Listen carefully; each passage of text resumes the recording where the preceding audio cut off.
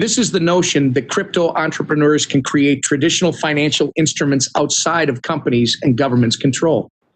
New apps are dominating the DeFi conversation. Many stablecoins have arisen, and we'll hear from some, I'm sure, today. The stablecoin DAI is a Bitcoin-like digital token that aims to be a global currency untouchable by central banks. The Compound is a crypto version of a money market fund that lets the users earn interest. Those of you representing stablecoins here today are welcome and encouraged to develop your technology. In fact, I think it's imperative that you develop your technology. The government must not stand in your way. The second slightly more recent development is yam. Now, first and foremost, yam is a great vegetable. I mean, for those of us that look like me, that's how we were introduced to yam. You guys a little bit differently, but today something else that's a little bit more relevant has happened. Yam, the token, not the vegetable, went on sale just about a week ago. And the price was driven up to almost $180 by August 12th, giving the project an instant $460 million in market cap. Yam is an experimental protocol mashing up several innovations in governance and programmable money. It has an elastic supply, but will work towards stability, a governable, easy for me to say, treasury, and a distribution mechanism to involve members of the community in its governance. Yam has had some issues even more recently. For whatever those issues are, don't you think Congress and the federal government might want to take time to learn and understand why an experimental innovation that generated $500 million within a week? Shouldn't we be interested in that? Say whatever you want about the monetary control schemes we have, or most likely shouldn't have, some of us believe, but we are taking time to learn more. This development continues to unfold, but I can tell you, Congress is not paying the slightest attention to another newsworthy event it could learn more about. That's why you are so necessary to this process. I've devoted much of my time in Congress to further policies that support crypto. I've supported consideration of the digital dollar through hearings in the FinTech Task Force, and I've said that it must have the same attributes as physical cash. Anything less would simply create a new intermediary, which I don't think is a good idea. Of course, I'm willing to be educated. I've actively called for more clarity around the tax treatment of digital assets. This month, sending a letter to the IRS asking for guidance on the taxation of block rewards in a proof-of-stake network, and last year seeking guidance on forking. Americans should know how their transactions are taxed so they can meet these important expectations. Quite frankly, I've said it over and over. Give us the rules of the road so that we know what we have to do in order to succeed. Conversely, I also believe, and I know, I don't believe, taxation policy drives human behaviors. Our tax policy should encourage innovation and not seek to catch people for inadvertent noncompliance when the rules of the road were never clear. I've also introduced the Blockchain Regulatory Certainty Act to make clear that certain blockchain entrepreneurs and service providers will not be treated as money transmitters or money services businesses. There are a few areas where I want to reveal where we're headed. One area is money transmission and registering as a money service business. The patchwork of regulatory requirements has made this impossible, except for those with millions of dollars to make sure their business can operate nationwide. To me, that's unacceptable. As a result of this, New York and their Department of Financial Services has vastly exceeded their power to aid the option to register as a money service business without them and with national reach. That's why I'm exploring them. Now, as you can probably already tell, I value local control. I value personal control. And the Interstate Commerce Clause of the Constitution has been used to perpetuate massive federal government controls. Talking about interstate commerce. Startups and individuals must have the opportunity to succeed nationwide in an increasingly digital world. Second, we must create more clarity in the security space. That's why I will be offering a proposal to ensure that so long as you follow the existing rules of the road, by registering as a security or filing for an exemption, you will not continue to face regulatory uncertainty when distributing a token to the public. The SEC has been taking an interesting approach to this space. They think that somehow a token can magically transform from a security into a commodity and then into something else. This has no precedent in law, the case law, or logic. In the original ICO days, initial coin offering days, a token never started as a security that became a commodity. It may have been part of a securities offering, but it was never the security itself. This is actually current law, but the SEC doesn't seem to see it that way. Sure, certain tokens can have the hallmarks of a security, and with this technology, they can be designed to offer a return for the efforts of a third party, but this is not the case for the vast majority of tokens. And we're going to ensure that the SEC makes it clear that after a period of raising funds, a distribution of a token itself is not, in and of itself, an additional securities offering. Crypto and blockchain technology may be one of the most important advancements that we'll see in our lifetimes, certainly mine, because mine is probably shorter than the rest of you going forward. One, by the way, that will transform how we view the transfer of value and payment for goods and services. These are just a few examples of what we're working on and where we see things going. But in short, so much more needs to be done, and we need to educate people like me, my colleagues in Congress. It's the key to enabling more progress for this industry. That's why I'm again announcing today that I'm accepting cryptocurrencies as political contributions to our campaign to enable more participation in the political process, but also to encourage my fellow colleagues in Congress to learn about this technology and actually use it. I'm convinced that once they've seen it work in live settings, just like any other forms of payment, like credit cards, PayPal, or Venmo, they too will be convinced of its potential and promise. Thank you for what you're all doing, and thanks for being here today. I'll leave it at that for now, Perry Ann, because this town hall is actually for you guys. Thanks. Thank you so much, Congressman Emmer. You've made a number of notable announcements and statements just in the first few minutes of the town hall. And I know that it was important both to you and I that we wanted the community to have a place where they would be highlighted and they would be celebrated. And that is what this event is about. You know, oftentimes when we talk about crypto in Washington, it's often about fear of the unknown or mitigating against the illicit actors. There's a lot of fear and skepticism and anxiety about this technology. And we really wanted there to be a place for the other side of that conversation to happen, which is highlighting the benefits this technology can bring to our markets, the financial system, to our government and our communities. And so today we want to celebrate the people who are pioneering and innovating with blockchains in the US. So we have 6 guest speakers from across the industry that are here with us today. I'll introduce each one of them.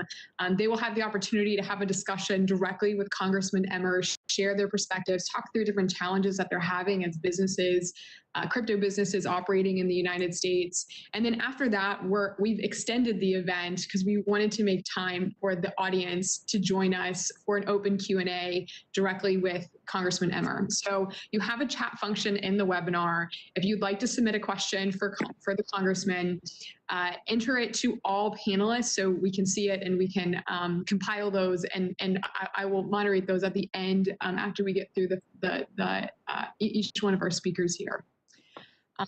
So let's dig in. Congressman, your first announcement that you made is that you're now accepting cryptocurrencies for your campaign, and your campaign is using BitPay to process those payments. And our first guest speaker is Stephen Pear, who's the CEO of BitPay. Stephen, why don't you tell us just a little bit about how BitPay works and how you're facilitating payments with crypto for Congressman Emmer and other businesses? Well, thanks, Perry Ann, and thank you, Congressman Emmer. That was a great introduction. Sure, a little bit about me before I get into BitPay. My background is in computer science. I studied computer science at Georgia Tech, and I come to the blockchain industry really from the technology side of it and an interest in it. And I started getting interested in cryptographic payment systems in the early 1990s. So that was quite a long time ago now. And then I really, Bitcoin came onto my radar, I guess, in 2011, and I read the computer science white paper behind it and realized this was an incredible computer science breakthrough. And, one thing led to another, and my co-founder and I started BitPay. And it's hard to believe that that's almost 10 years ago. We'll celebrate our 10-year anniversary in May of 2021. So hard to believe that it seems like that time has just flown by. That actually makes BitPay the oldest blockchain company in the world. And so our business model was very simply to enable companies to accept, back then just Bitcoin, but now multiple cryptocurrencies as a form of payment, and give them an interface that works very similarly to the way they're used to working with a credit card acceptance gateway, and just make it very simple. So basically the way the service works is somebody that wishes to pay with cryptocurrency may go to a website, an e-commerce site, or an in-person payment, and click a button, and they'll get an invoice presented with an invoice. They'll select which currency they want to choose to pay with. BitPay is monitoring the exchanges and figures out the exchange rate and what that translates into. So if the customer or the merchant wants to receive dollars or euros, but the payer wants to pay with XRP, we'll calculate the exchange rate and then tell them exactly how much XRP they need to send. And then BitPay will then settle to the merchant in whichever currency they want, whether that's dollars, euros, or something else, or one of the cryptocurrencies. So that's it. It's pretty simple at a high level, and just some interesting little tidbits of history. BitPay was, I believe, the first to ever process both a residential and commercial real estate transaction, paid in crypto. We processed the first payments for automobiles. We've got a number of dealerships on our platform. And the most interesting one to me is we're the first, company to process a crypto payment for a trip into space. We're proud to count Virgin Galactic as one of our customers. And we've sold a number of trips into space, for Virgin Galactic, notable of which are the Winklevoss twins. They both bought trips into space. And I was looking this up earlier today, and they won't be the first twins into space. Actually, I thought they might be, but maybe they'll be the first commercial twins to go into space on a commercial flight. So that's really what BitPay does, Perry Ann.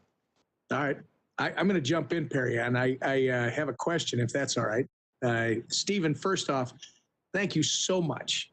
Your whole team deserves a giant shout out from my team. I want you to answer. I'm going to give you a kind of a softball question, but I want people on this town hall to understand what I'm going to ask you and your answer. This is support getting our message out and doing whatever. Guess what? The IRS takes notice. The administration takes notice. The SEC takes notice. You get the results that everybody needs. So here's the question. Stephen, what are the benefits to political campaigns like mine, who, by the way, we're not looking for Republican donors. We're looking for American donors. We're looking for people that believe that our voice represents their view. I don't care what their party affiliation is, what their ideology is. I care about what their voice is, and if we are in agreement, we are that. There are a number of answers to that. The simple and obvious ones are just the advantages of the payment. It's low cost, it's easy to use, there's less fraud associated with these payments. But more than that, I think it enables you to reach and engage a demographic of early technology as to them. And if you look at blockchains, and so giving people that hold that value convenient means to spend it, including campaign contributions, is what we at BitPay are really all about. And in fact, we did we did a study together with Forrester Services with crypto, and what we were very pleased to find out was that we can go to those merchants and say that about 50% or almost 50% of the people that will choose to pay with crypto are going to be new customers. They're not existing customers just paying a different way, but they're actually new customers. And so that, it'll be interesting to see, but, my guess is for a political campaign, you might see a very similar kind of, phenomenon where your contributors are new contributors and that have never contributed to your campaign before or a campaign before. And perhaps they'll also be new voters. And another big selling point for us as a company is that, we like to talk about cryptocurrency payments as an emerging number one alternative payment method. And so, and that's number one alternative payment method behind, credit cards and debit cards and traditional forms of payment. For a merchant, they pretty much have to accept the number one alternative payment method because it represents, in the 5 to 10% range in terms of the number of people paying that way. But getting set up with BitPay is a very easy process. For other campaigns out there, you'll find it to be very similar to setting up a WinRed or an ActBlue account. Not much different from that. Stephen, can you show people ours? Can you walk them through our process? Yep. I'm going to share my screen here. And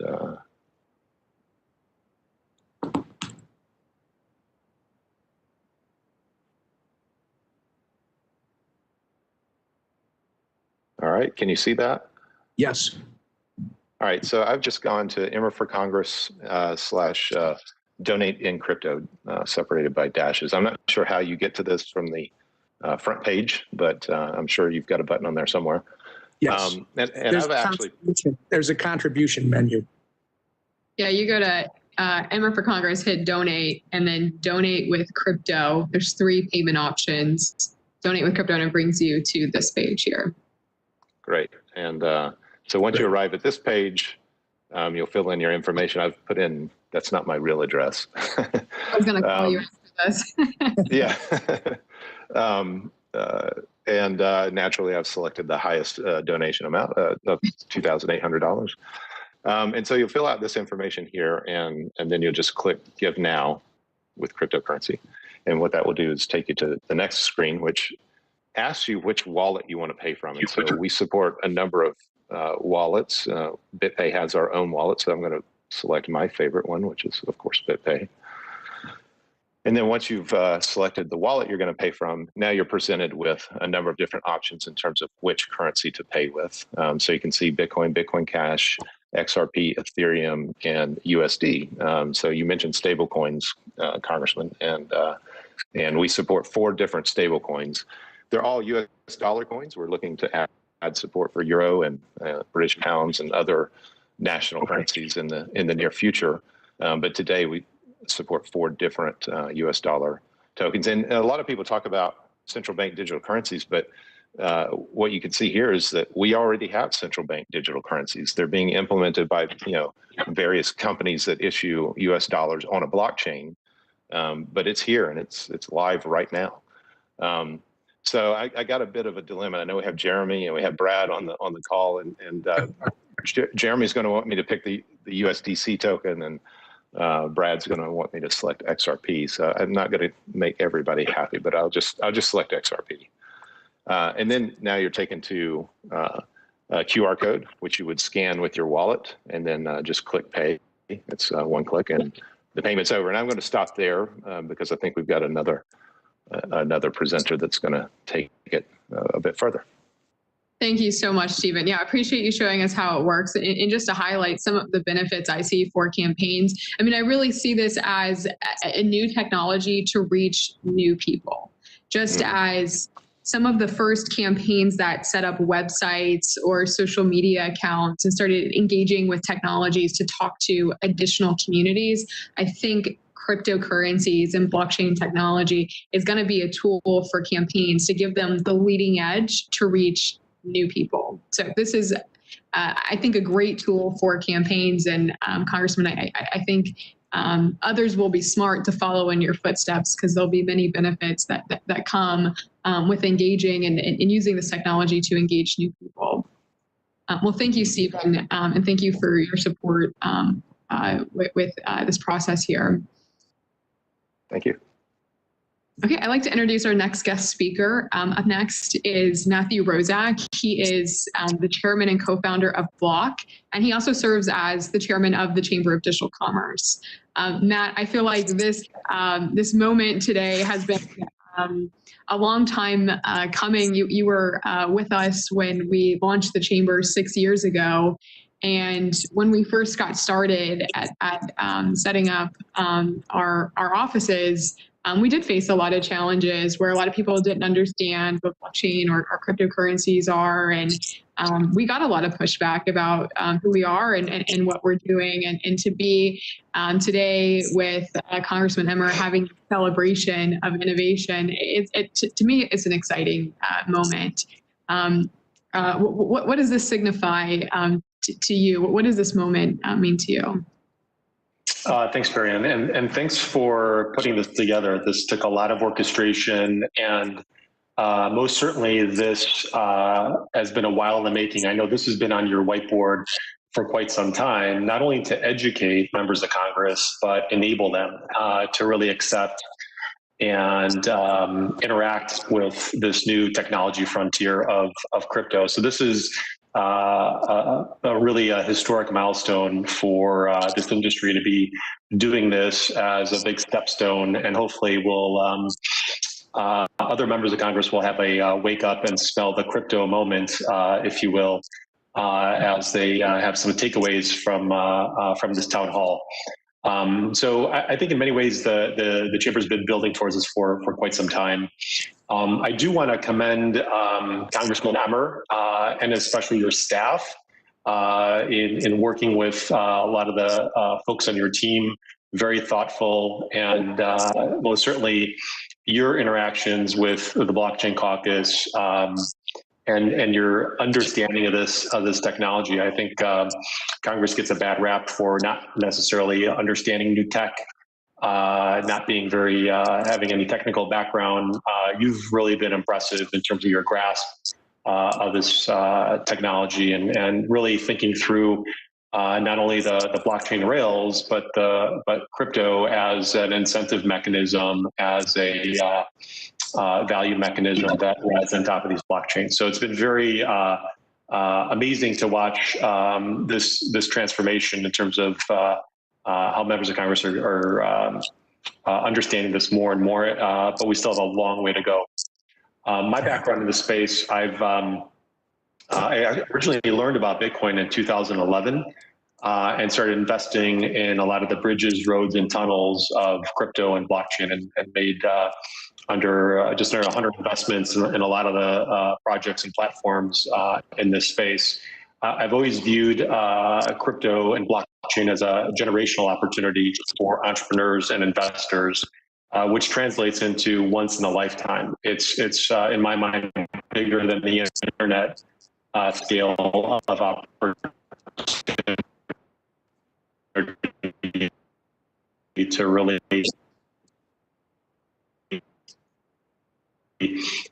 create incentives, move money, and have security, privacy on the level of life pursuit of happiness. So excited to be here. Co-founder of Garzik. Garzik was one of the original core developers of Bitcoin. So literally went from Satoshi to Gavin to Jeff in the early days.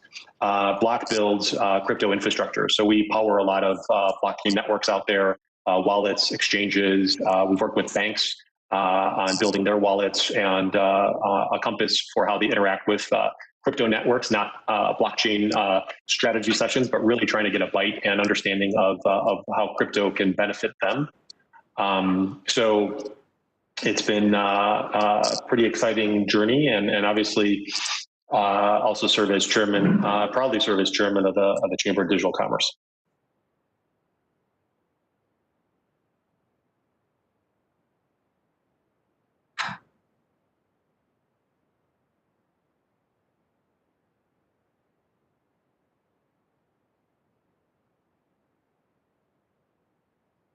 You guys still there? Now we are. Okay, super. Yep, you came back.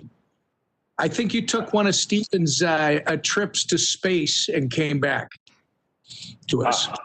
Okay, so where did I get cut off? Anywhere? The life, liberty, and happiness was my last. I'm sorry. So yeah, I just chairman of the digital chamber.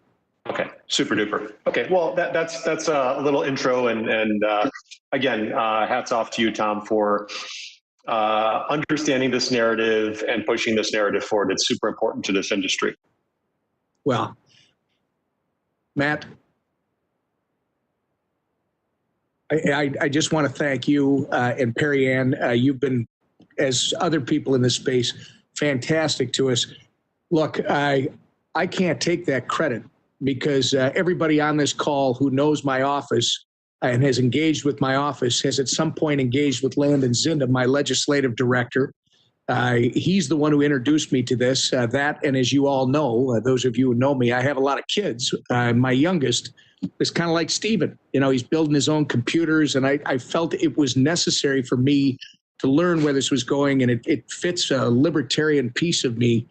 But I got to tell you, thanks to Landon Zinda and Chris Manival, my chief of staff, and everybody else in my office that understands how important this area is, and all of you on this call. Question I have for you, Matt, very quick. How do you view the blockchain industry right now in the U.S.? You know, your involvement in the space as well as with the digital chamber, and how do we compare here in the United States to other jurisdictions? Well, it's definitely a tale of two cities. On one hand, you have very clear guidance from the IRS, the SEC, CFTC, but a lot of this industry works on the innovative fringes, and there's a lot of lack of clarity. And given that lack of clarity, we're seeing other jurisdictions and other countries, their pace of innovation in this space has been extraordinary. And if you look at a lot of the blockchain crypto projects out there, they are based out of Singapore or Switzerland. And while I love Swiss chocolate, I love laksa and durian and all of that, I love traveling. It'd be amazing to have that capital formation, the jobs, the innovation, the IP resident here in the U.S. And so I think there's currently a patchwork of regulation here.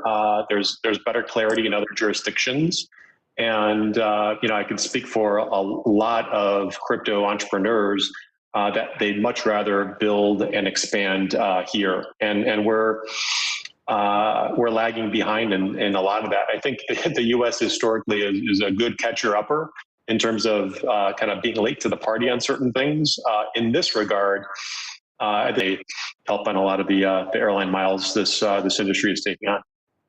Yeah, well, Matt, and you know this, I truly believe, and this is what we're committed to making sure that the United States is the global leader in blockchain technology. And it's not just a matter of trying to add. Are you there?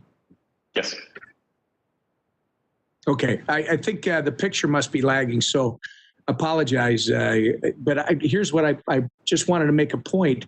It's not just about educating members of Congress. It's about educating leaders within the administration. You know, we've had an uphill battle with that in some cases.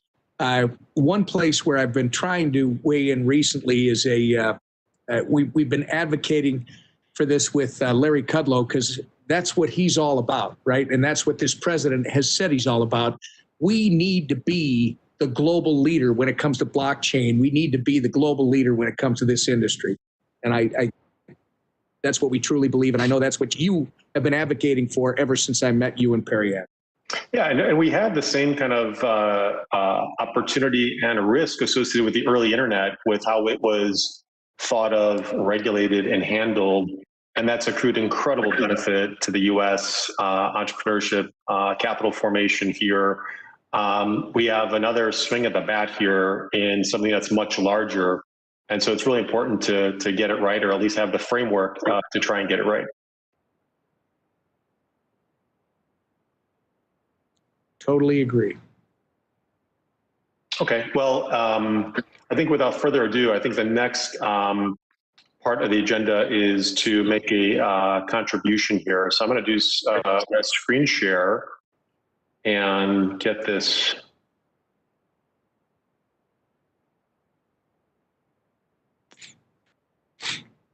Bear with me.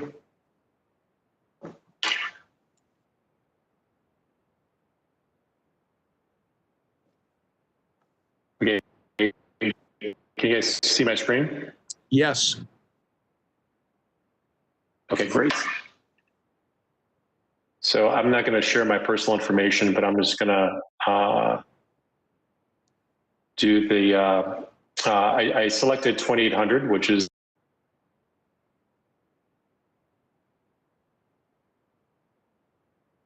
the maximum for an individual.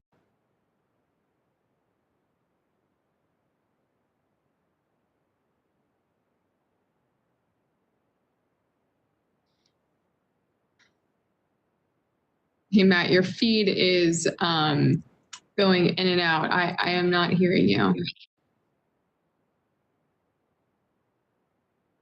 Okay, I'm going to give you the floor back and then see if I could fix my screen share here, because it's not, doesn't want to, here we go. Can you see that? Yes. Yeah. Okay, great. Okay, so I'm going to select Bitcoin just to be as apolitical as possible and see if we could get this done.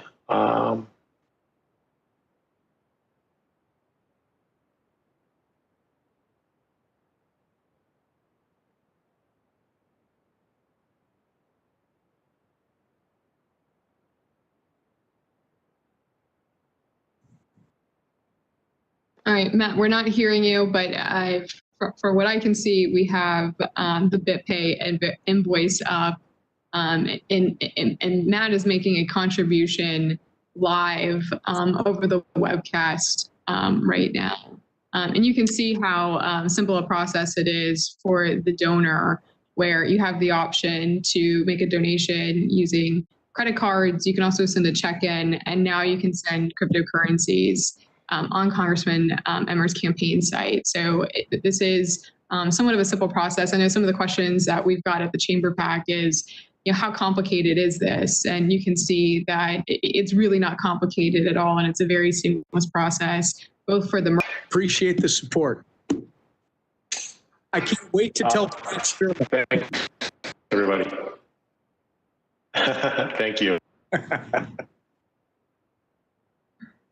Very cool. All right, that may be the first time we've seen someone actually give a political contribution in Bitcoin at a public event.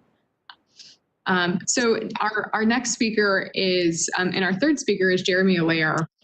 Jeremy is the co-founder and the CEO of Circle. And we talked a little bit about one of the core projects at Circle, which is USDC, which is also enabled by BitPay. So Jeremy, thank you for joining us. Tell us a little bit about your history here and the innovations underway with USDC. Thank you so much, Perry-Ann, and thank you, Congressman Emmer. I'm really excited about what you're doing here today, and both the awareness raising and I think creating a path for more members of Congress to understand and ultimately embrace this innovation in crypto. I'm happy to give a brief introduction. I am, as noted, co-founder of Circle. We're a company with a long history in the crypto industry, having gotten started in 2013. And really our focus for many years, dating back to then, was how do we take the benefits of digital currency and public blockchain infrastructure and sort of bring that to what we think of as traditional money, the liabilities of a central bank, things like dollars, euros, pounds, et cetera, but really with the idea that public blockchain infrastructure will kind of do for the movement of value what the public internet did for the movement of data and content and information, which is to make it open, global, frictionless, nearly free, and then obviously, breakthrough innovations like the programmability of it. So this idea that money becomes a native data type on the internet, and that it becomes programmable, and all forms of economic arrangements between people, between businesses, are going to move to being mediated by financial contracts and code running on blockchains. And inside of all of those, there needs to be stable value digital currencies. And of course, the most preeminent currency in the world for settling trades and transactions is the US dollar. So back in 2017, as blockchain technology was maturing, we began work on a new protocol and a new format for digital dollars, which is called US Dollar Coin. We launched a consortium called the Center Consortium alongside Coinbase and defined a standard for how fiat digital currency could work on the internet. And we introduced and issued USDC, US Dollar Coin. Within this category of regulated, privately issued digital dollar stablecoins, USDC is by far the largest. It's growing at an exceptional rate. In fact, during the conversation here today, it crossed 1.3 billion USDC in circulation. We're seeing around $7 billion of USDC transactions happening on blockchains every week. And it's been growing at significant triple-digit growth rates this year. So the demand for this is really high. And we're really excited to see this innovation scale. We think we're in sort of the maybe it's the 1997 or the 1998 of digital currency, and we're going to hit the broadband era pretty fast here. And we'll see this be usable by people with smartphones and digital wallets in every part of the world. Billions of people will be able to access this innovation in the near future. So that's what we're up to at Circle and with USDC, and I'm excited, of course, also to make a contribution in USDC, which I'll spare the demo here because just in the interest of time and logistics, but I'm happy to contribute and support as an individual. Jeremy, from me, and if you don't mind, Perry, and I want to jump in real quick. First, you already know because we've interacted, both myself and my office, big supporters of private sector innovation when it comes to payments. All right. Congratulations on 1.3 billion in circulation. Things that excite me the most are the nearly free and the mobility, the frictionless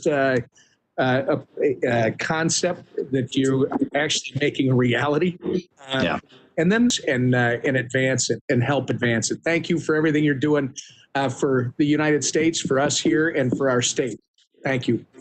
You're very welcome, Congressman Emmer. I'm a proud Minnesotan, and of course excited about many of the agendas that you laid out in your opening comments. I think a lot of these are really critical, and I think as discussed, one of the most important is that the United States clear the way for digital dollar stablecoins to be a major player in the world stage as this new kind of infrastructure, new economic system is built up.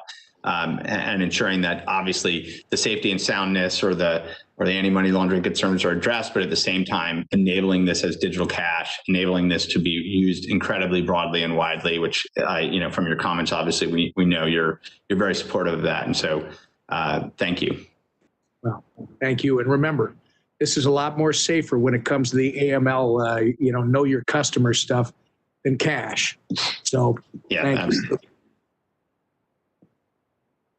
Very great point. Thanks so much, Jeremy. Really appreciate you joining us today, and really proud of the innovations underway at Circle. And it's great to see all the success with USDC. The comment, Stephen made on, we have central bank digital currencies, and to see the private sector step in and create solutions with stable coins, with USDC and with others is really filling a void that we have right now where there is a need for digital dollars, and you guys have provided that and been incredibly successful in doing that.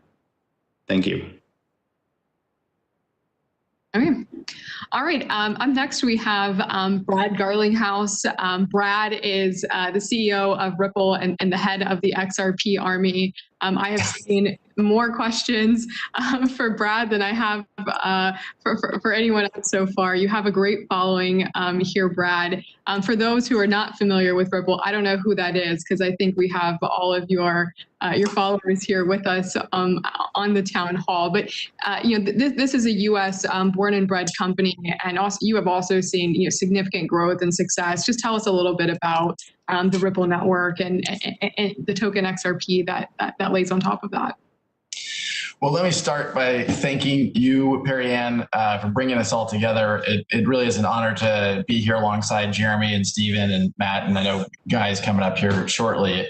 I think to have the congressman, championing this town hall, and I love the fact that we called this the first town hall, because I think it only makes sense there'll be more. But as I think many of you know, Ripple has been around since kind of the early days of crypto and has been very focused on partnering with the kind of existing financial industry and focused on solving a real problem around global payments. I got a certain amount of joy, and it was in the Q&A session here, that Brian Brooks, the interim head of the OCC, referenced something I talk about on occasion, which is the fastest way to move money to London or Australia, wherever you're going, often is to put it in a suitcase rather than actually sending a wire transfer, which can take many days. At the core, and I'll be brief here because I know that we're running a little short of time. At the core, there are tens of trillions of dollars in cross-border payments annually.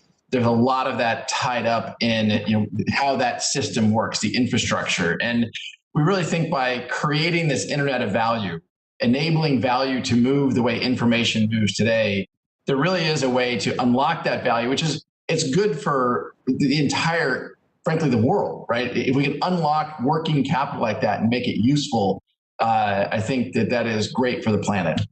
XRP, as many people know, is extremely efficient in terms of its cost, in terms of its speed. But I am bullish on crypto broadly, and I think there's going to be a number of winners. I'll also just, keeping it short, I think something Jeremy said really resonated with me. People talk about where are we in this journey, and some people, I've used the metaphor of a marathon. Jeremy was talking about broadband, and Jeremy and I have both been around for a little while, seeing the internet develop. And I do think this is the early days of moving from narrowband to broadband. My first job in Silicon Valley was actually at a company called the We're making great progress. So I'll pause there and I'll pause there at the introduction. What is Ripple? Well, I'm going to jump in, Brad. Again, thank you for everything you're doing. XRP, one of the things I love about it, and there's a lot to love, but there's you don't need an intermediary. I kind of love that, as people know. What's the biggest challenge Ripple has faced today? I think you and the audience won't be surprised to hear me say that. I think that the biggest challenge Ripple has faced, and really anyone developing in the XRP community has faced, is the lack of clarity on how assets beyond Bitcoin and Ether are going to be defined by the SEC. And the absence of that regulatory framework, it restricts innovation. And I think having that clarity and certainty allows companies to invest in and accelerate activity that is happening organically, but it would just happen more quickly. I think we're way beyond where we were in the kind of crazy days of Silk Road and scams and some of the ICOs that happened. And it's been over 2 years since the SEC said that Bitcoin and Ether aren't securities. And that's a long time to wait, particularly at a time when we're seeing other countries like China full speed ahead with their efforts. And I think that that is an obstacle to growth, to kind of where we're headed. So I'm hopeful that we'll make some progress on that. And frankly, this type of session helps. Having Brian Brooks, the OCC, come out and speak about his posture towards crypto helps. Recently the CFPB highlighted some things around XRP specifically, the New York DFS. So even the former chairman of the CFTC, Giancarlo, published some views on why he thinks there's a very clear legal case for XRP regulatory clarity. But look, I want to say I appreciate all the work that you are doing. Co-signing a letter to Secretary Mnuchin. I think that was calling on the Treasury Department to leverage these technologies to streamline how cash and supplies can move during this pandemic. It's really powerful. your leadership around this has been phenomenal. And so I thank you. I'll also, preempt, as Jeremy did, I won't do a demo, but absolutely going to be making a contribution to your campaign in denominated in XRP. But I appreciate all you're doing here. Brad, thank you so much. It's funny. You said we've moved on past Silk Road. Yeah, it's a long time ago, but there's a lot of members of Congress that still think of this in terms of Silk Road. Yeah. And when you say over 2 years, first off, my position's very clear. XRP is not a security, all right? But even if you want to do this, you want to have this discussion, the SEC, my frustration, as you probably have heard very directly, you brought up in a very nice way. Maybe you should be doing this job and I should be doing that one, because I'm not going to be so nice. Over 2 years is not only a problem, it is absolutely unacceptable. Because what this does is entrepreneurs like you and everybody else on this town hall, you start looking elsewhere. Money will go where it's easiest to flow. And the more the government puts in obstacles, and one of them is just inaction, the less opportunity we have to position the U.S. as the leader. And it's an obstacle to growth. So we're going to keep working. Really appreciate all your support. And together, we're going to keep educating these members of Congress. And as we're doing this and you guys are saying, I'm going to make a donation, forgive me, Perry Ann, because I know we are short on time. Again, do you know how powerful this is for some elected officials to look over and say, what's Emmer doing? He's getting what? He's getting, oh my goodness, campaign contributions. I need to learn more about what's going on with cryptocurrencies. It's just, it's human nature, and it's good. We need to push them. Well, we want to help you in that push. So again, thank you for your leadership on this. I think it does have an impact. And look, it's been 2 years, but we're going to keep pushing. Good. Thanks so much. Yeah, and absolutely, it is that regulatory clarity issue. Ripple is one example of a company that's impacted, but there's many other companies around the country who, if you don't have legal certainty, it's very difficult to move forward. And it's important that businesses, have the legal clarity they need to be able to operate. And if not, they have the option to go many other places. And there's governments all around the world that are literally rolling out the red carpet, that are very willing to take our business. And we have lost a lot of innovators in the U.S. who have gone overseas simply because they were not supported here and they did not have the resources or the clarity from the government to be able to do so. So this continues to be a challenge for many companies, and it's one reason I'm very passionate about the work that I do, because we still have a lot of work to do to ensure the private sector has what they need to build and develop on blockchains in the United States. Well, this is a great segue into our fifth speaker, Guy Hirsch. He is the USA Managing Director at eToro. eToro is an international company with a business in the United States, but really has a deeper understanding of what it's like to operate in the U.S. and other jurisdictions. Guy, thank you so much for joining us. Tell us a little bit about the background of eToro and what it's been like setting up your business here in the United States. Sure. So thank you, Congressman Emmer and everyone for putting this together. I'm really excited to be part of this and helping in whatever shape we can. So eToro was really spearheading the crypto space in Europe and Asia, and the market trading on the platform as a CFD as early as 2013, and then as kind of real crypto as of 2017. And we were at the right place at the right time to really capitalize on what happened towards the end of 2017, early 2018, and really grew our company to where it's at right now. So eToro is live in more than 100 countries. The notional trading volume, 15 million registered users. If you log in, you can still see that Bitcoin is the #1 asset on the platform, even though we're a multi-asset platform, meaning you can trade stocks, you can trade commodities, currencies, and so on and so forth outside of the US, that is, follow Bitcoin and Bitcoin's performance. From the onset, he co-authored a white paper called Colored Coins, that was the genesis, I think, for many developments in crypto. And Vitalik, the founder of the Ethereum Foundation, actually worked at eToro before he left and started the Ethereum Foundation. So really excited to be part of this. As far as the US is concerned, I'll try to be brief. We opened up the office in 2018. I opened it up in June 2018. We went live in March of 2019 with our crypto offering, and we've been growing exponentially basically ever since.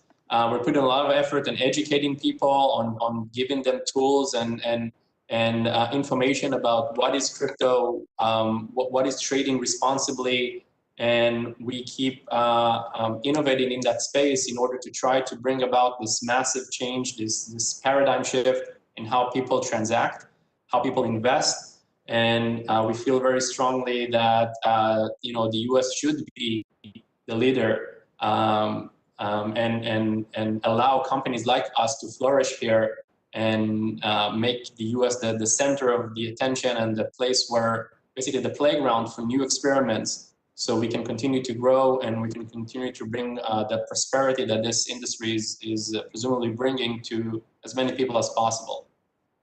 That's awesome. Guy, I have a question for you. You talked about opening your U.S. office in, I think you said June of 2018, if I heard that right, and that you've experienced exponential growth ever since. That being said, you are involved with a global company. What's it like operating in the U.S. versus other jurisdictions around the world? I can say that by far it is the most complex of the rest of the regulatory environments that we're dealing with, whether it's the FCA in the UK, or CySEC in Cyprus, or ASIC in Australia. I mean, we are regulated in multiple jurisdictions, so we have a really good understanding of what it's like to work with regulators, getting licenses, be compliant, KYC, AML in all these places. In the US, you have this, basically the structure is to look at the financial services industry in silos, right? You have broker-dealers, so that's SEC and FINRA. You have banking, that's OCC. You have silos. You have a problem because then the lift of moving from one silo to another, sometimes it's just adding one line of code or adding one more banner, makes for sometimes a multi-year effort to try to get into that silo and operate effectively in that kind of regulatory silo.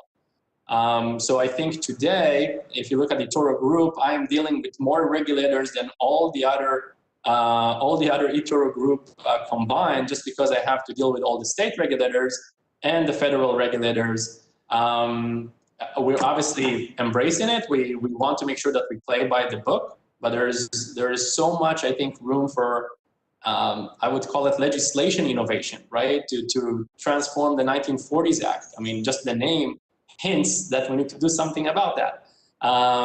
So that is indeed our perspective, and it is indeed very, very costly to compete in this space in the US. Yeah. Well, can you imagine, Guy, can you imagine if we had all these silos as you described them when the internet was first becoming a reality, and then as it tried to grow? I mean, that's essentially, the internet grew in this country because we didn't do this. And now look at what we're doing in this space. I think we can make the rules of the road more clear. And the government, in my opinion, the government needs to clarify and clearly, not only clarify the rules of the road, but clearly explain what you can do, what you need to do to protect consumers or customers. And then the government needs to get the hell out of the way. And that's been the issue. And again, we need to good looks, give my relative youth away. But your generation, you aren't afraid of this. You grew up with it. It's our job to educate my generation and those that are in these positions of influence and power. This is nothing to be afraid of. This is something to embrace, and this is something to allow it to germinate, because it's going to benefit all of us. Yeah, Congressman, I'm 41, so I'm not sure how far I am from you in terms of age bracket, but I agree with you. We do serve millennials, and we see a completely different mindset. We keep, studying the effects of what people want these days and how do they want to transact. And basically, the world is much more nimble and global today, and we need to make sure that we're not leaving people behind just because we have all these regulations to be compliant with. I think that's critically important. There's a lot of wealth and there's a lot of opportunities if we're going to let this industry flourish. And I think I have one question for you in that regard. I mean, you're obviously singing the tune, and you're obviously a champion for what we're trying to accomplish here. But how do we make it a bipartisan issue? How do we make sure that Democrats and Republicans want to see this moving forward and want to allow the U.S. to be a leader in the space?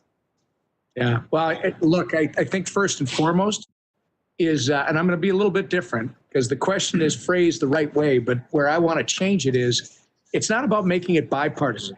It's really about making it nonpartisan. This is not about Republicans. This is not about Democrats.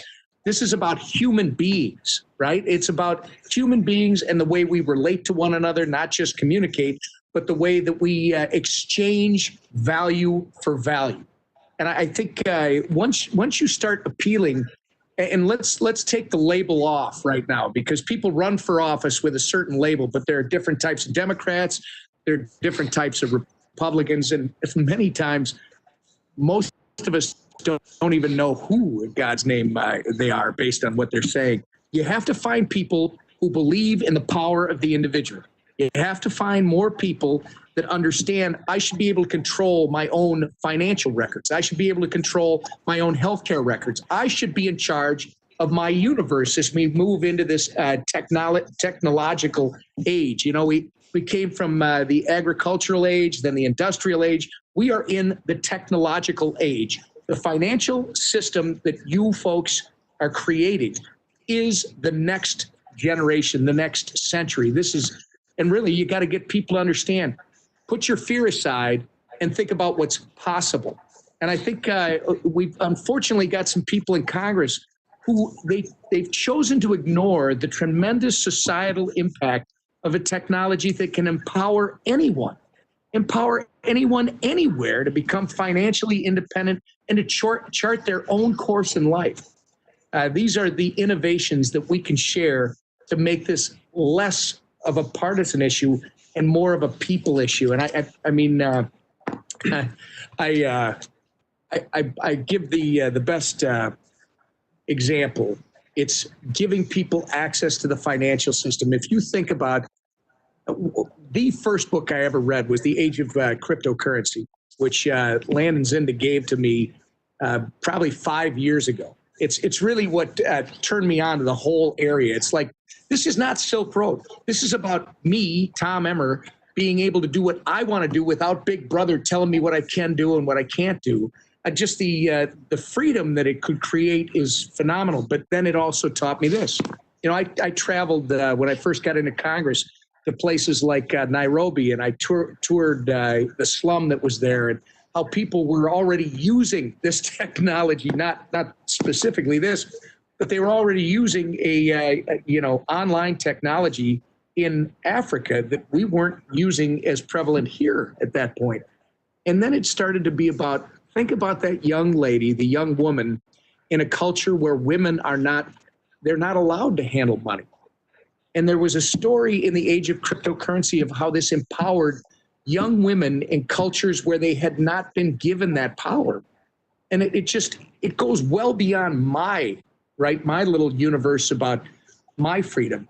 Think about what this does for people all around the world that are trying to improve their everyday life. So anyway, I think once we start getting these stories not only to resonate, but to stick with people who have an ideological perspective of fear, right? Oh, if government doesn't get involved, you know, that guy Hirsch, he's going to take advantage of these three people out there. No.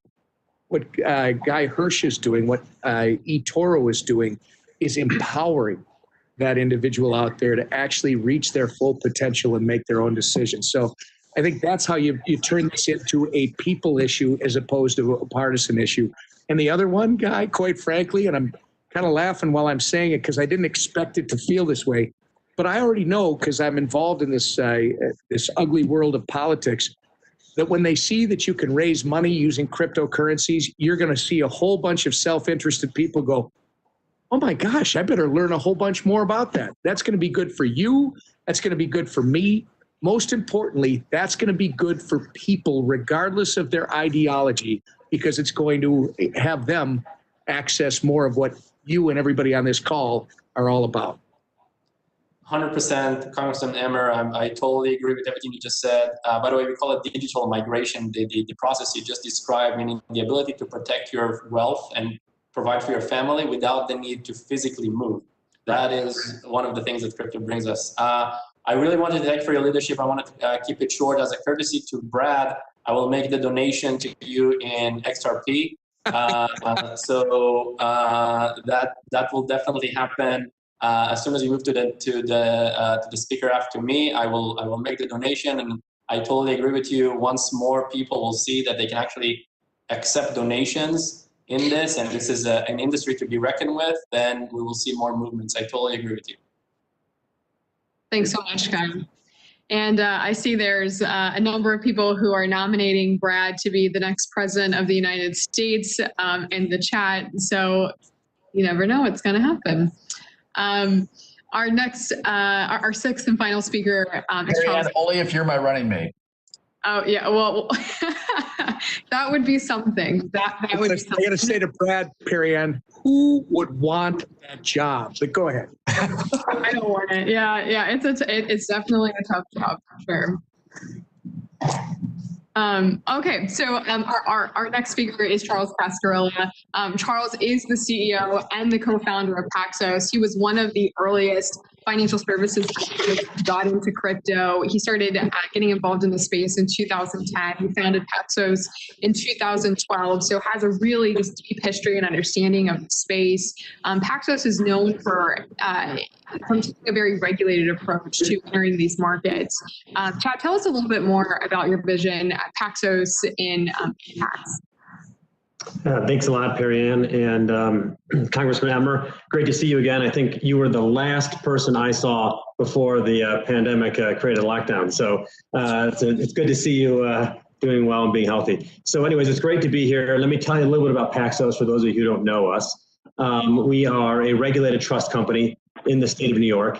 It took us about 3 years to get that. We were the first ones in May of 2015. So it took us a long time, a lot of work.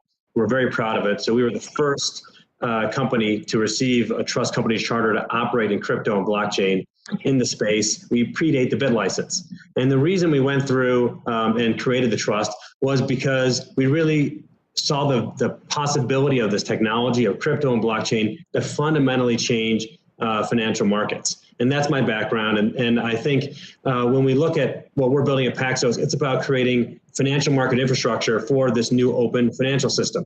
And financial market infrastructure is really, it's a regulated platform. We want people to be able to build on us. We want anybody to be able to have access in a trustworthy and confident way to this new system. But at the same time, we fundamentally think it changes the way this world works. It's not going to be based on private networks and restricted ledgers. It's going to be about having open access and inclusion, just like you were talking about, Congressman Emmer. I think it's so important to change the way inclusion works in the financial system and create empowerment. And so a couple of the products that we have at Paxos are really meant to help drive this. We have created regulated asset-backed tokens. We have Pax, which is a dollar-backed token. It's regulated. This is quite unique. We also have white-labeled versions of our regulated dollar-backed tokens for Binance and Huobi. And we've actually created one for gold, too, called Pax Gold. And we're working on some projects now with some large firms where we're tokenizing U.S. equities. So I think there's a real sea change that's going to happen here in this industry around moving assets and moving them onto the blockchain and creating inclusion for everyone to be able to be a part of it. So I think I'm really excited to be part of this session, and I'm looking forward to giving a max donation here in Pax. Sorry, Brad, I would do Ripple, but I'm gonna promote Pax here for me, and so I'm looking forward to doing that. I think this is really great. I think what we really need is to help change the understanding of this as from an early adopter industry to something that is mainstream, and I think we're actually on the cusp of that. I think it's nearly happening. I hope that it happens even sooner than we're all hoping for, which I think can be very soon. But importantly, in order for that to happen, you need to have events like this. You need to have people in Congress who understand what's going on. And so I'm really excited by the leadership that you've shown, Tom, because it is just, to me, super important for us to be able to take the next step as an industry. You know what, Charles? I can't thank you enough. I'm looking, by the way, at a picture right now that I took on March 16th when you were educating me in your office. And I hope you and your family and your friends and everybody have managed to stay healthy and survive this crazy time. But it's one of my favorite meetings since I started doing that. No offense to anyone else who's on here. But as you know, I get lit up. I want to have the discussion and I want to have the debate and understand open versus closed, who has access, all the stuff that we were going back and forth on that day. The emergence of cryptocurrencies, that's what it's all about. It gets us to talk more deeply about money. I mean, it's unfortunately a lot of people just, they see $1 and that's all they think. But you guys are going to force society to actually re-engage on value for value exchanges in this area. A lot of people have no idea that there are many forms of money. So I'm going to do to you today what you did to me back in March when I say, what is money and what is the ideal? Yeah, I think this is a great question. I think technology is forcing us to have to rethink what's going on a fundamental basis. I think ultimately technology enables new ways of doing things, and it makes you have to go back to a first principles understanding of what's happening. And so I've been spending a lot of time thinking about this. I know the hand-drawn chart that you're referencing that I drew up on the wall. And actually, I put out a blog post earlier this week called The 5 Attributes of Money. It'll be the first of a number of blog posts codifying a lot of what we talked about. And what it tries to do is basically break money down into different constituent pieces so we can think about how are there new ways to be able to create money. And so I think there are maybe 5 attributes that are really crucial to understand. The first is it open? Is it closed? Is it decentralized or is it centralized? Is it private anonymous or is it traceable? Is it supply constrained or could there be much printed as you would like? And then lastly, is it digital or is it physical? And so you could look at gold, you could look at Bitcoin, you could look at dollars, and each one has a different grouping of these attributes. And so maybe just to do one or two because it'll help make it be less conceptual, but I'm also cognizant of time. So if you look at electronic money, which we all use, it's basically bank money. So it's centralized because it's sitting in a bank account. You have to have a bank account. If you don't have one, you can't be part of the system.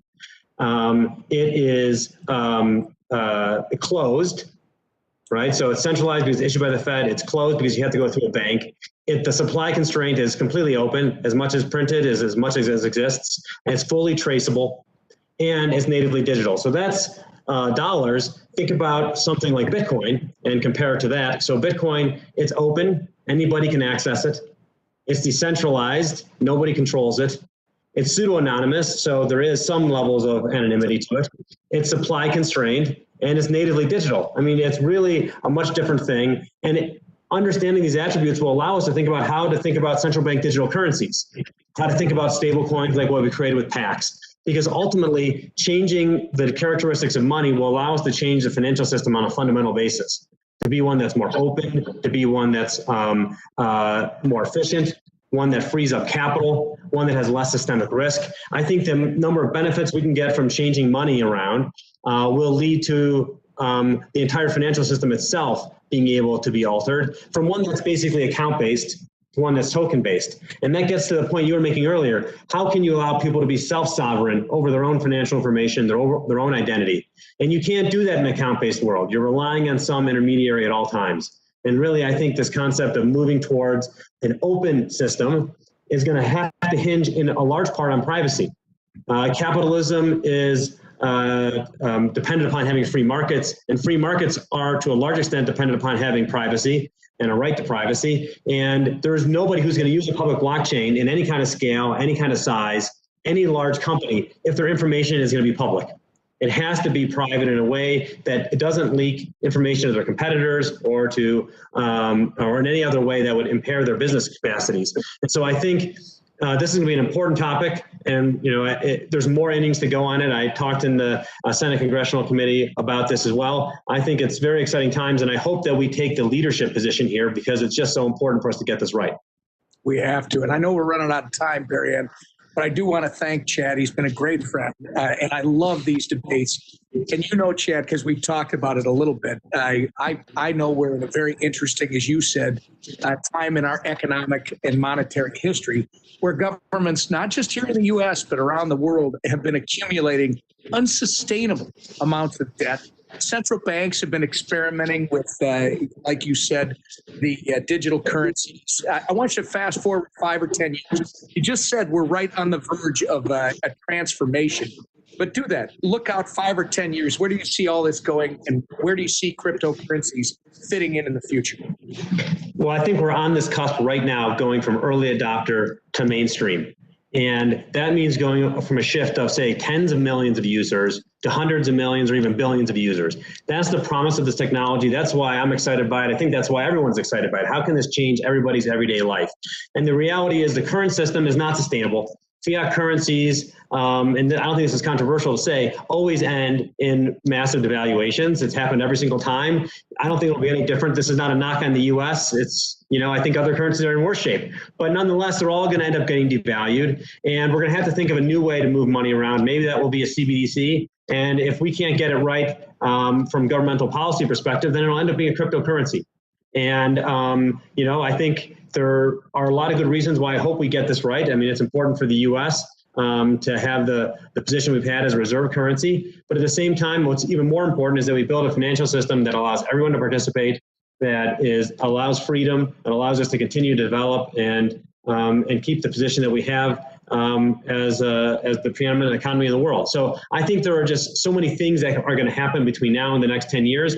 But clearly, and you go over a long enough time horizon, how could you continue to print money and not have a major systemic problem? We've gone from before the crisis having a $900 billion Fed balance sheet to probably the end of this year, 10 trillion. I mean, it's just crazy in 12 years that you could expand it like that. And, there's no end in sight. And that is going to create all kinds of externalities that we're going to pay for over the next decade. That's right. That's right. Barry Ann, I think we're running up against it. I don't know if you want me to say thank you. If we've got time for a question, happy to do it. Yeah, thanks so much. And thank you, Scott. I really enjoyed your post, the 5 attributes of money. I think one of the most important conversations we're having as a country and as a society is really digging into what is money, how can we improve that? And blockchain is playing a huge role in that conversation, and that's incredibly exciting. Thank you. So we intended to have more time for Q&A, but we have had such a fascinating conversation. We've eaten up some of that time. I do have a journalist with us who has a question for you, Tom. Sandali Handagama is here from CoinDesk. I know she has a question for you. Sandali? Thank you, Perry Ann. And thank you, Representative Emmer, for leading today's town hall and the opportunity to ask you a question. As you said at the beginning, one area you've been directly involved in is crypto taxation. And last year, after your letter, the IRS issued guidelines on reporting virtual currencies. But as we had to report earlier this year, those guidelines were not as clear and as supportive as they could be. And an IRS official actually told CoinDesk that they are not ideal and could be clarified. So I know this is very important to you. So I was wondering, is there anything being done to clear this up, and how important is it to have these guidelines cleared up so that users can report tax easily? Thank you. Thank you, Sandali, for the question. Yes, actually, when that guidance came out, first, I was grateful that they responded, because we were not getting a response. So the fact that we got the engagement was a good first step. That being said, we knew the second the guidance came out that it was not where it needed to be, and we have continued to work, both overtly in communications with the IRS, and well, I'm not going to use the opposite of overtly, but obviously in conversations with them, with people at the IRS. And this goes for the SEC too. I know your question is focused on taxation issues, but this is the same thing with the SEC. We need to have more clarity, and we are not going to stop until they provide it. Part of the problem is we've got to educate some of these the great people that are in these bureaucracies as to what we're dealing with. They're just as afraid to make a mistake, right? Unfortunately, our government doesn't want to lose a revenue stream, so they are very careful about the clarity that they're providing. We're just going to have to keep pushing them. We're going to have to have more clarity on this issue, all I can tell you and everybody else who's on this town hall is that the clarity around new technologies like the proof of stake, we're gonna keep pushing, and we're gonna get it. I'm going to tell you again, Sandali, I think the most important thing about today's event is once my fellow members, once my colleagues start to realize that you can raise funds through cryptocurrencies. By the way, it doesn't stop at members of Congress. There are organizations out there that are constantly looking for funds to accomplish whatever goals they set out. You're going to see movement within the halls of Congress. It's a public cry for more clarity. Plus, I know that my colleague David Schweikert, who you are all familiar with, recently sent another letter to the IRS that we're following up on. Thank you so much. I really appreciate it. Thank you, Sandra. I'm so glad you could join us. So we have received a lot of questions over the Q&A and writing. So because we're out of time, we are compiling those, and we are going to publish a blog to make sure everyone's questions are answered. And apologies, we have run out of time. Congressman, I'm going to give you the last word here. Any closing remarks before we sign off? Yeah, thank you, everybody. Thanks for being part of this. I apologize that we did go long. I love these discussions way too much. I appreciate all the support that we received today. I hope others will look into how you do this. I understand this is not going to be the last time we do one of these. We will do more in the future. And Perry Ann, Matt, I think we'll try to allot more time for the live questions. But if you have questions, please submit them. We will do our best to respond to everybody. And don't be afraid to contact our office directly with any issues you might have. Remember, you are the future, and as Chad has made very clear to us, the future is here. It's arrived. We can't stop now. We need to absolutely lean in and push even harder. So thank you again for this great event and this forum, this town hall, to have this discussion. This is the first, but there will be many to come, I hope. Thank you so much. Yes, we could have gone for hours and hours. There's so many fascinating topics to dig into, and look forward to continuing the conversation for many years to come. I'd like to thank all of our speakers for joining us today. We had really just an incredible lineup of innovators and operators and entrepreneurs and technologists. Appreciate you all for joining and sharing your own personal story and journey in this space. And thanks to everybody on the town hall. Again, we really wanted this to be a day and an event to celebrate all of you and give you guys the opportunity to learn more about the great work that's happening with Congressman Emmer, and also throughout the crypto ecosystem here in the United States.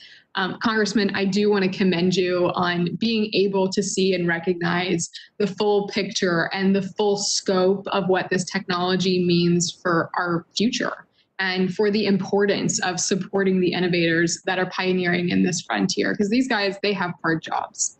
So thank you for being our champion, and thank you for all your service. And also thanks to everyone for joining us for the crypto town hall. I do hope to make this a tradition. Until next time, I'm Perry and Boring with the Chamber PAC. Stay safe,